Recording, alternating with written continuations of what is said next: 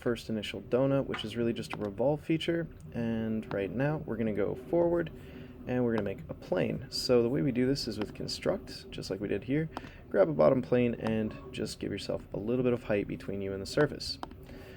Alright, then the next step was to draw on this plane. So I drew this sketch. It's just a spline line. So if we go in here and we were to create a sketch, we would select that top plane that we just created and we would make like a donut little spline line. I'll just make one here for you.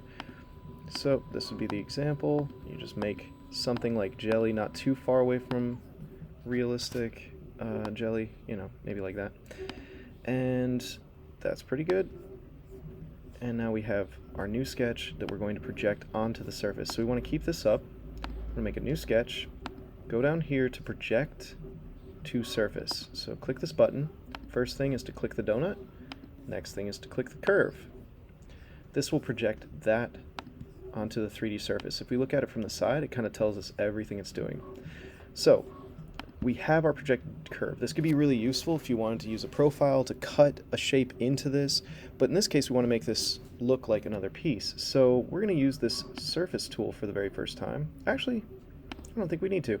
We can just split the body using that line because it is the tool. So the body split is the donut, and the splitting tool is that. Now once we do this, we have this kind of like mushroom shape here. And that should be pretty good. I'm going to hide the sketch because I don't need it anymore, but just in case, just to show you kind of a really cool thing, if I update this, it will tell me where the errors are, and it'll say like, hey, you're messing with the split, don't do that. But before you do the split, and remember you can always go back and forth with this, you can do this, and you can see how responsive it is.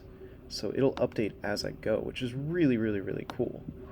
And then once I get to the split body, it should repair itself. If it doesn't, we'll go in there and we'll just edit the feature. So it's going to ask me for the splitting tool. I have this new profile, and sure enough, it just corrects itself. So it's just sort of like a warning error. Alright, so we have this object, which is super cool. We have our split. Now, I'm going to hide these sketches. I don't really need them right now. Now, this is the first time we're using this, but it's the surface feature. And the surface features are really just dealing with three-dimensional surface and sort of like textures, modifications, and things to surfaces of geometry. In this case, we're going to make an offset. So we're going to make an offset, and we're going to set it to 0, which it already is. So we're going to click OK. That actually created a new body. The new body has this new feature right here. So if we hide all of this, you'll see it has our little surface right here, which is really cool. Now we have our object. We have this new body. And what I'm going to do is I'm going to thicken this using this tool called thicken. I'm going to make this, let's say, 1 millimeter. And click OK. See that? It gave me a 1 millimeter jelly on top, or frosting, whatever you look at this as.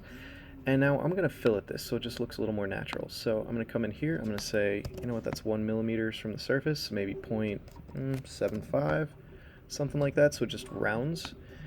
And that's pretty good. So I have my jelly, it's suspended from there, and I'm pretty good on that.